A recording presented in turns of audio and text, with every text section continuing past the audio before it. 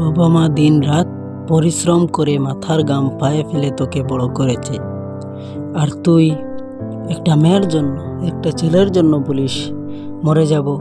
আরে ভাই বোনেরা, একটা কথা মনে রেখো, বাবা মা একবেলা ভাতের জন্য কত কষ্ট, নিজের ইজ্জতের দিকে তাকায়নি, শুধু তার সন্তানকে এক মুঠো ভাত খাওয়ানোর জন্য।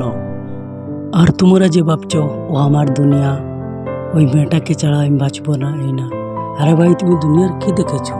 দুনিয়াকে এতটুকু? দুনিয়া এখন সব পড়ে রয়েছে। তুমি কেন এই মেয়ের পিছনে জীবন নষ্ট করছো? ছাড়াও এইসব।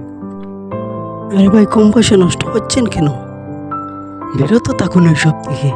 আর এরকম ভিডিও পাওয়ার জন্য আমার পেজটি ফলো করে এবং লাইক করে একটি সুন্দর কমেন্ট করে যাবেন।